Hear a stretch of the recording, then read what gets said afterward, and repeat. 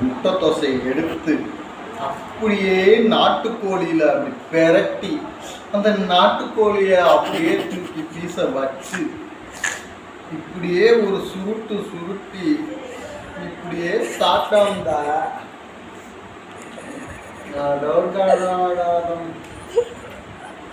சரியான டேஸ்டம், சரியான டேஸ்ட்.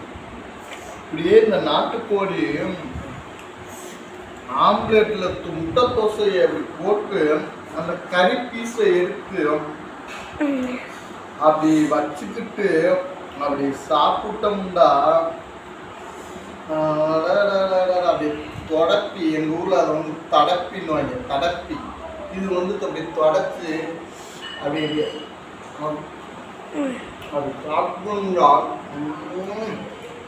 அப்படியே அந்த தொண்டையில் அப்படி கோயில கூடி முட்டை தோசை இருந்தால் என்ன ஒரு சிறப்பு, அவ்வளோ சிறப்பு. இந்த முட்டை தோசை காலையில் நான் எப்போவுமே ஒரு நாளைக்கு 3 முட்டை தோசை சாப்பிடுவேன். இந்த நாட்டுக்கோழி முட்டை தோசை தான்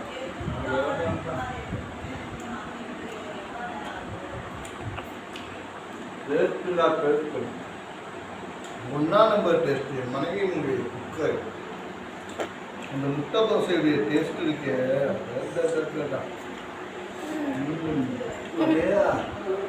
உள்ள போயா அவ்வளோ டேஸ்டாக இருக்கும்.